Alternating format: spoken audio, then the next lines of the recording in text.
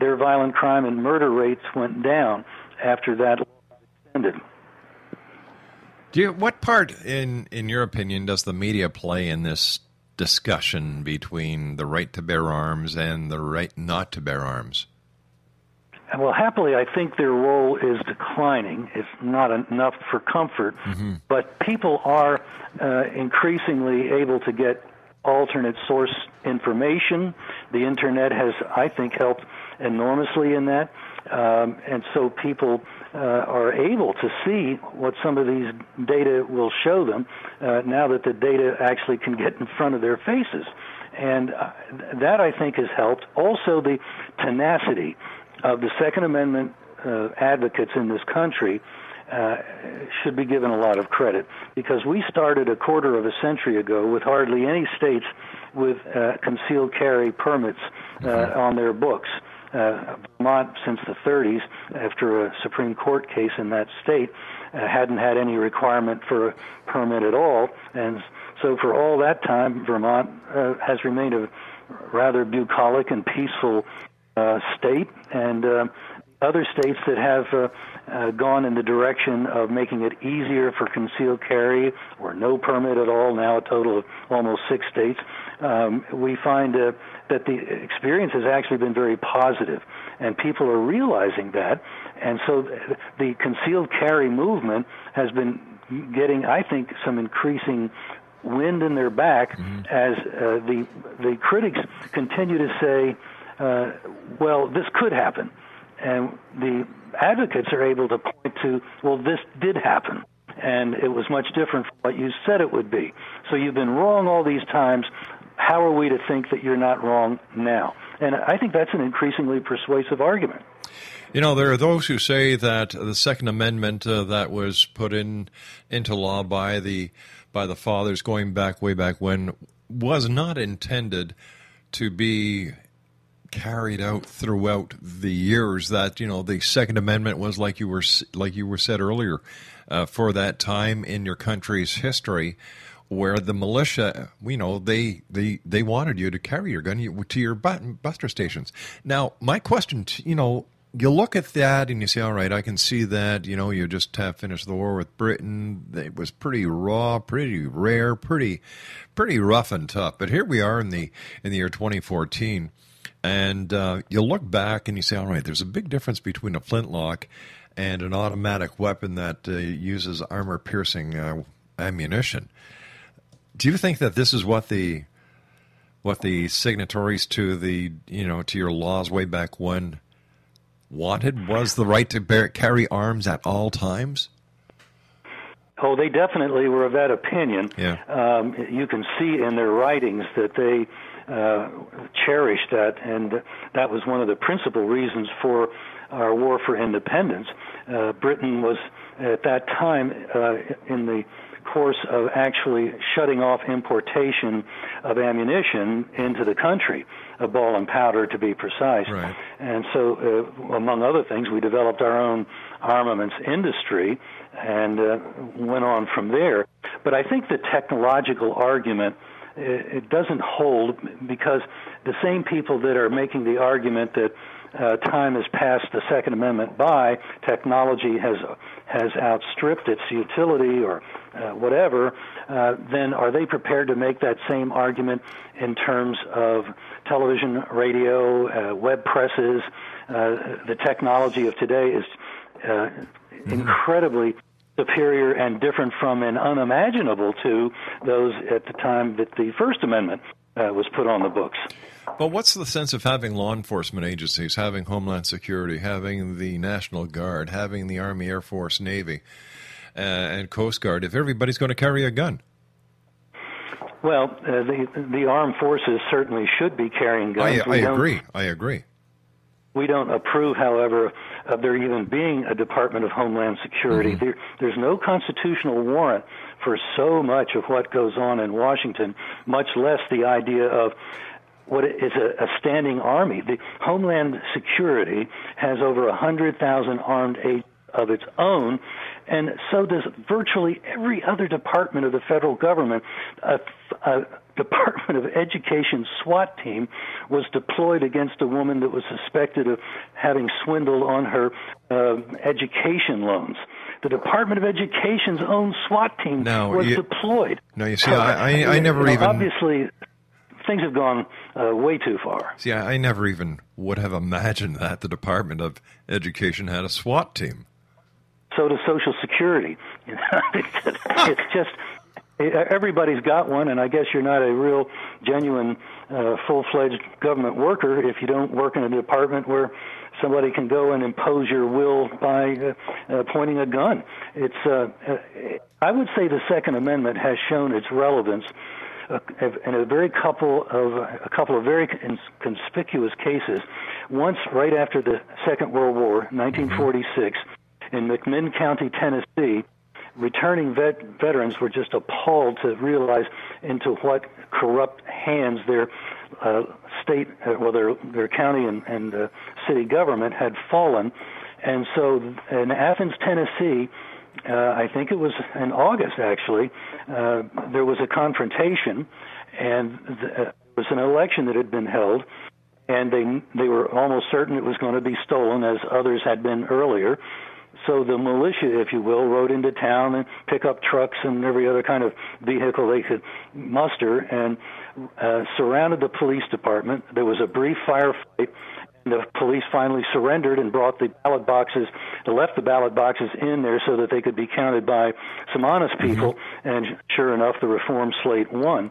And I would say something somewhat similar occurred at the Bundy Ranch in Nevada when the BLM deployed of a 200-man SWAT team against a rancher who arguably was behind or refusing to pay grazing fees to the federal government. Right. He had his arguments, and we could discuss whether those are good ones or not. But the fact is, you put a lien on somebody's property. You don't send in a SWAT team. And what we found after the SWAT team was faced down by the militia that just came from everywhere to stand by Clive and Bundy, they found pits that had been dug that the cattle were going to be thrown in after they'd been slaughtered. They had no real interest in collecting money from the guy. They wanted to wipe him out. Why? I think because they thought they could. They don't like Americans telling the government, you guys are beyond the limits of your authority. And that was essentially the argument that Bundy was making, that the western states got swindled when they came into the Union. They had been promised that they would come in on the same basis as the original 13. Well, that means no vast holdings of federal land. But those lands were not turned over to the states. And so there's been a simmering discontent in the West, and I think the Bundy was able to get the... Hey, Larry, I hate to do this to you, but I've got to take my news break. Please stand by. Larry Pratt's our guest, gunowners.org. We'll be back on the other side of this news break. Whatever you do, don't go away.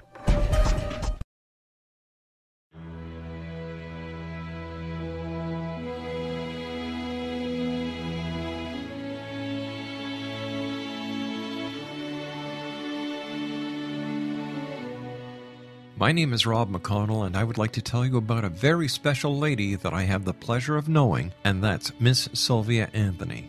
Sylvia Anthony believes the golden years are a time to gear up and get busy, not relax and take it easy. She has faced many hardships in her 84 years, but they have made her stronger and more determined. As founder and president of Sylvia's Haven, a shelter for women and their children near Boston, Sylvia has helped transform over 1,086 lives in the past 27 years, not only with housing, but also providing direction as to where they can go to develop the earning skills they want and need to live free from difficult domestic situations. Sylvia's Haven is everything to Sylvia Anthony, even calling it her magnificent obsession. Women who qualify for the program at Sylvia's Haven receive assistance via guidance counselors to find the appropriate job opportunity. Women and their children may remain at the housing for up to 2 years. At the end of this time, or sooner, a woman who is successfully employed and has an apartment or home may leave Sylvia's Haven to begin a new and independent life.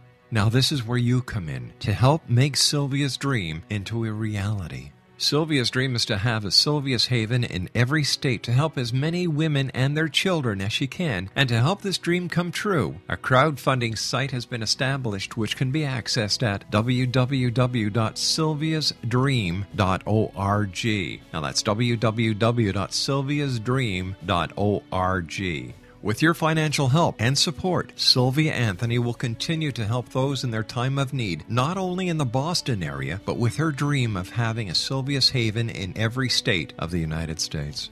Your help is needed to make Sylvia's dream come true. Please visit and give at www.sylviasdream.org. Once again, www.sylviasdream.org. And remember, the only difference between a dream and reality is just doing it. We need your help to make Sylvia's dream come true. Visit www.sylviasdream.org. Once again, www.sylviasdream.org.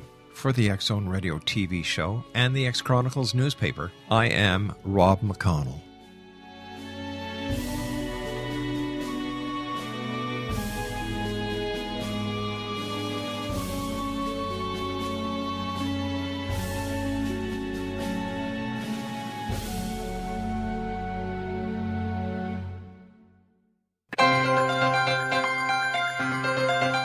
This is the X Zone Broadcast Network, broadcasting worldwide on broadcast affiliates and satellite program providers, including CNN Broadcast Network, Sirius Satellite Network, Star Media, Good News Radio Network, Angel Broadcast Network, Wiki Broadcast Network, and WPBN TV. For more information on the X Zone Broadcast Network, visit us at www.xzbn.net.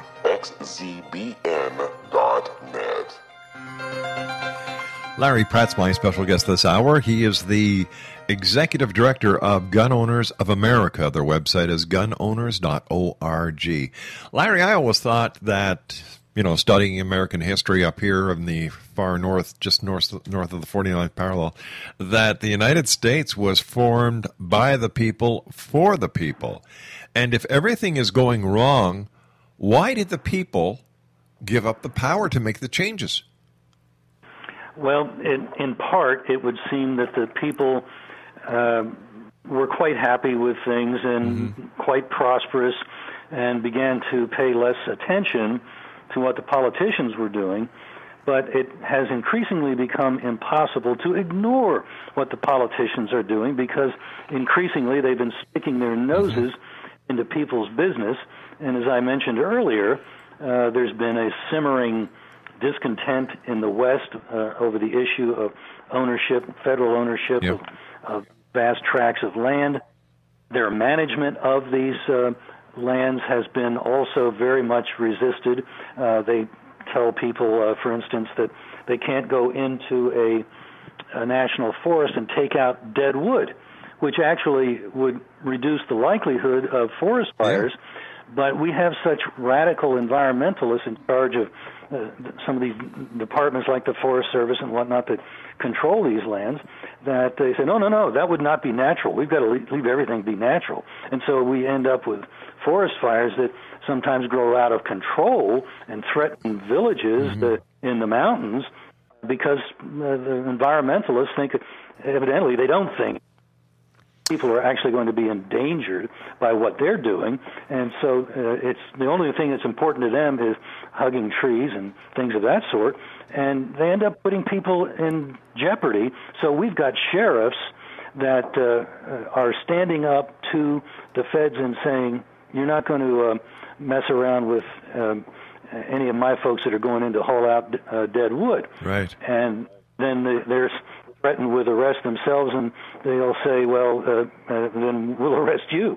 In Elkhart, Indiana, the Food and Drug Administration has gone after a raw milk farmer because they just have this fetish about people producing, selling, and consuming raw milk.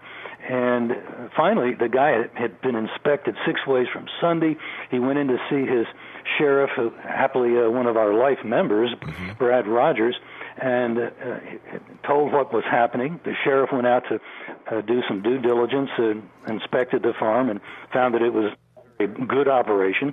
Came back, emailed the head attorney at the FDA, and told her that if you